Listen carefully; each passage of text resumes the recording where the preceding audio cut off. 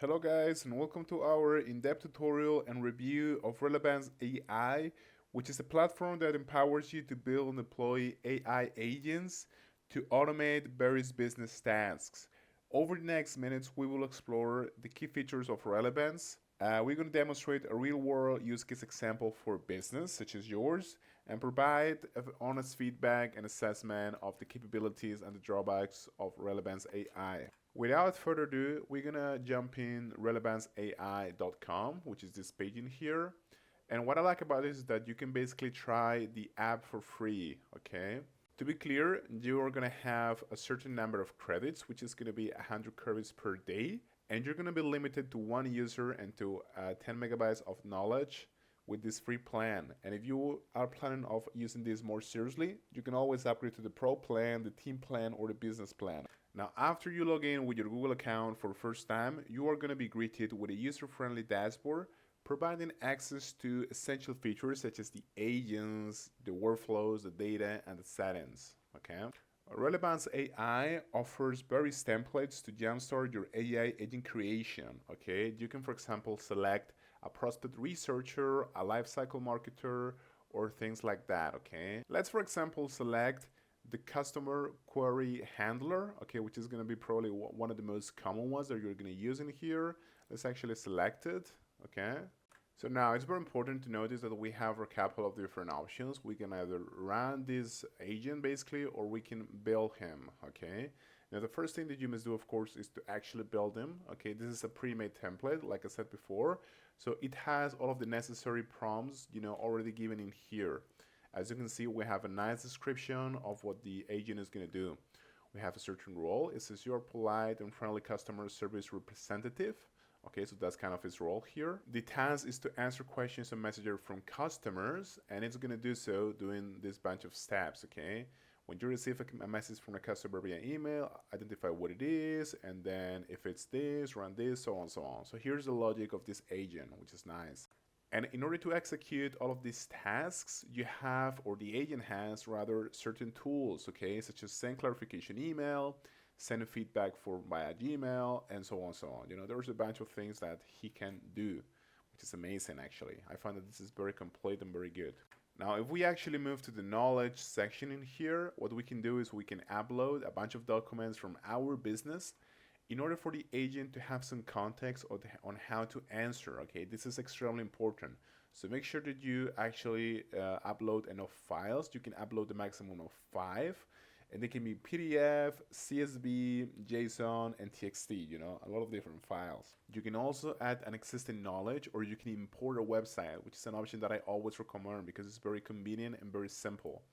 So you can just copy paste your website in here, and Relevance is going to try to, scrap it and to grab all of the different data that is useful for this. Now let's move to the triggers, okay? The most important stuff here.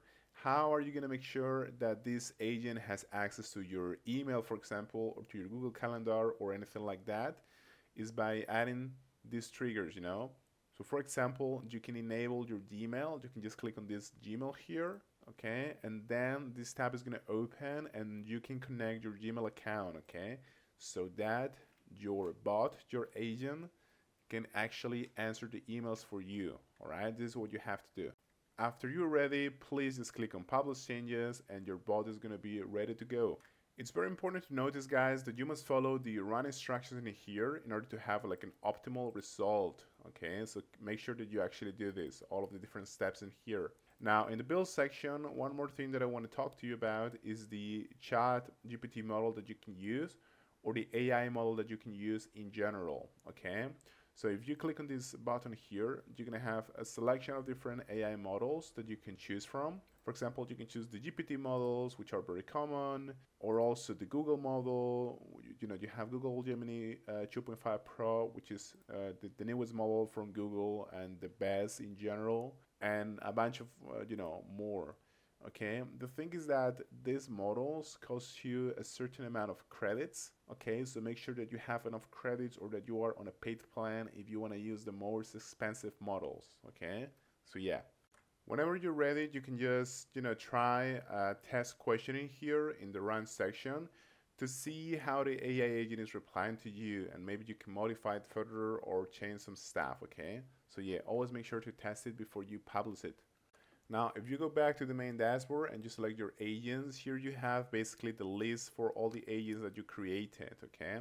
Similarly to what I said before, in general, you can create your knowledge base and you can use this in all of the different models or agents by coming to the knowledge section and just creating a table or basically uploading a file or a website, okay?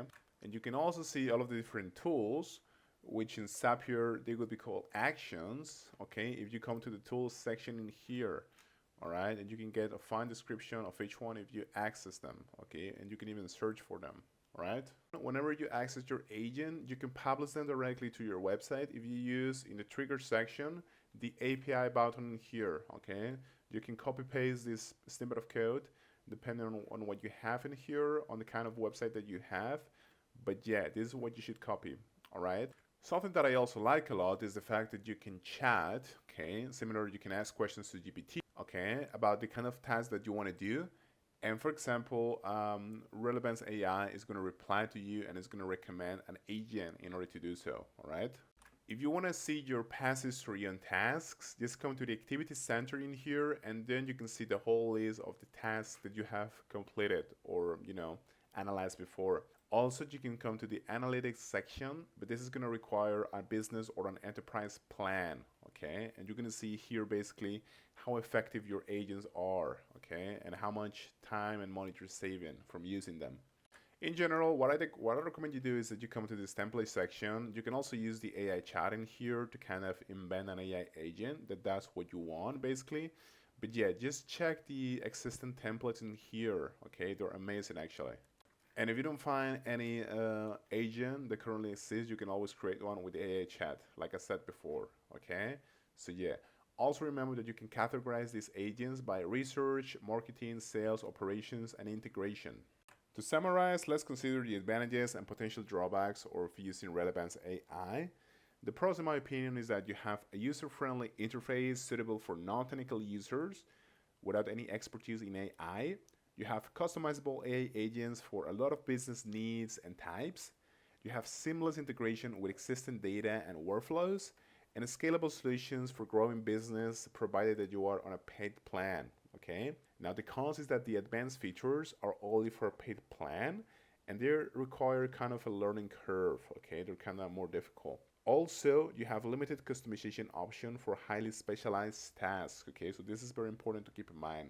These agents, you're not gonna be able to do much more than what they are already doing, all right? So yeah,